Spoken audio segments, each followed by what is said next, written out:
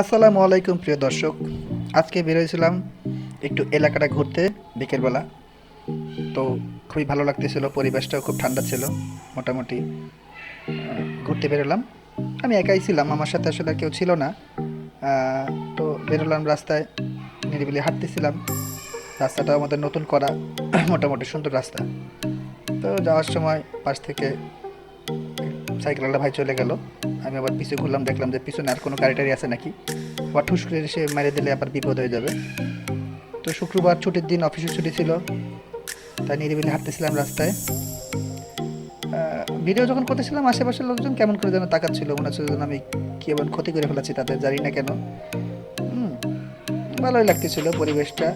সেই হাঁটতে হাঁটতে যখন সামনের দিক আগাচ্ছি, তখন পিছন থেকে অনেক গাড়ি ঘোড়াই আসতেছিল। এই চাচা তো প্রায় আমার মাইরেই দিচ্ছিল আর টেলে। যাই না চাচা হঠাৎ করে কি এলো, অত ধরি রাস্তায় অত জায়গা থাকা সত্ত্বেও কেন আমার দিকে কেমন। এরপর চোখ গেল আমার এই দিকে, দেখলাম গাছে আম। মনটা পুরো ম্যাঙ্গো জুস হয়ে গেল। তাই মোটামুটি রাস্তায় ঘোরাঘুরি বাদ দিয়ে মাথায় টেনশন চলে আসলো, কি করে কি করব। চোখ যখন গেছে তখন তো কিছু একটা করতে হবে। সামনে হাঁটতে হাঁটতে দেখি আরও একটি গাছে আম, এবং প্রত্যেকটা আমই দেয়ালের বাইরে। তার মানে একটি সুবর্ণ সুযোগ আমাদের জন্য অপেক্ষা করছে। তো এই বুদ্ধি চালাতে চালাতে আসলে রাস্তা থেকে হাঁটতেছিলাম। তো আমাদের বাসার কাছে একেবারে বলতে গেলে। তো যাই হোক, রাত্রে এখন আম চুরির প্ল্যান করতে হবে। তো আজকের মতো এখানেই।